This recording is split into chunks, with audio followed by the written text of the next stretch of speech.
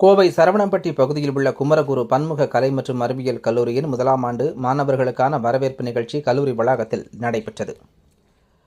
கோவை சரவணம்பட்டி பகுதியில் குமரகுரு பன்முக கலை மற்றும் அறிவியல் கல்லூரியின் முதலாம் ஆண்டு மாணவர்களுக்கான தொடக்க விழா ஸ்வாகதம் 2026 எனும் தலைப்பில் நடைபெற்றது.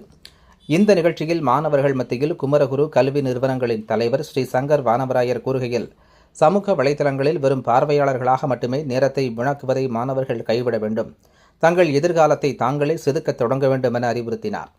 பள்ளிக்கும் கல்லூரிக்கும் உள்ள மிகப்பெரிய வித்தியாசத்தை சுட்டிக்காட்டிய அவர், இனி மாணவர்கள் ஆசிரியர்களின் வழிகாட்டுதலை மட்டுமே பின்பற்றுபவர்கள் அல்ல, அவர்கள் தங்களின் சொந்த பயணத்தின் எஜமானர்கள் என தெரிவித்தார்.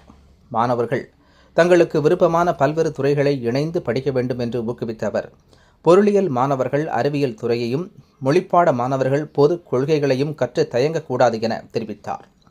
இந்த நிகழ்ச்சியில் கலந்து கொண்ட பெற்றோர்களிடம் தங்கள் பிள்ளைகளை கண்காணிப்பவர்களாக மட்டுமல்லாமல் அவர்களுக்கு சிறந்த வழிகாட்டிகளாகவும் உறுதுணையாகவும் இருக்க வேண்டும் என்று கேட்டுக்கொண்டார். முன்னதாக கல்லூரியின் முதல்வர் டாக்டர் சி தீபேஸ்வர் வரவேற்புரையாற்றினார்.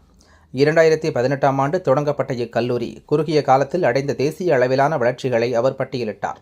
புதிய மாணவர்களின் பன்முகத்தன்மை குறித்து பேசிய அவர், இந்த பேட்சில் 60% பேர் மாணவிகள், இந்தியாவின் 9 மாநிலங்கள் மற்றும் 5 வெளிநாடுகளில் இருந்து மாணவர்கள் இணைந்துள்ளனர்.